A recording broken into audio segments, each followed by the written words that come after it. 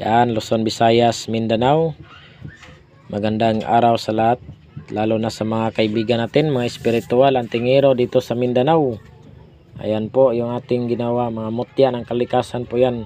Pampaswerte sa sugal, swerte sa negosyo, protection sa kabal, sa ating katawan, spirito, kulam, barang. Yan po. Ayan po yung ating suso na bagungon, pang panira ng gamit. Yan, pang protection po yan, pang kabal.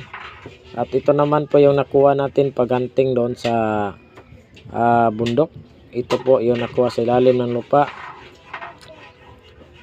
Iwan ko kung ano itong klaseng hayop. Dinala ko na lang, nilagyan ng panangkap sa ilalim. Yung mga orasyon at saka mga mutya na dinudurog. Yan, maganda yan sa bala, panipas, tagabulag. Yan. Ito naman po yung ating mutya ng parang ibon, ulo. Ayan po yung mata at ito yung bibig niya. Yan. Ang ganda yan gawing kwintas. Tagabulag ng tao. Mabilis, pampalakas sa katawan. At ito naman po yung ating isang kuhol na maganda din ito sa bala. Maraming nagsabi dyan, sa bala din yan. At ito naman po yung ating garapa na orasyon na di ka maputukan ng baril, taga panipas, at may mutya ng suso at itlog.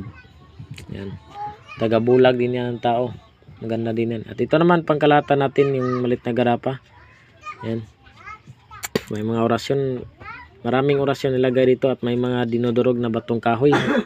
Yan po, pag maputukan ka to parang pulbura yung bala. At ito naman po yung ating libon na niyog. Yung laman po ay makikita po sa labas. Ayan. Yan po. Bato umo, itim, buliga ng baboy, kabibi tapol. Ayan po, kabibing tapol, crystallized na kabibi, mutya ng tubig, mutya ng apoy. Ayan po, mutya ng prutas at suso crystallized at mutya ng apoy at tamilok. Yan po yung ating mga pangkalahatan. Ito naman po yung ating tagulilos, tagabulag ng tao. Yan.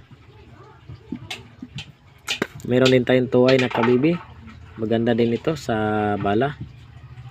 Tagabulag din. At isa pa, kung meron kayo nito, mahirap kayo makita. Pag may naghanap sa inyo, medyo hindi kayo makikita. At ito naman po yung ating tagatak na may mga ugat malaki. At dito naman parang ulo, may mata.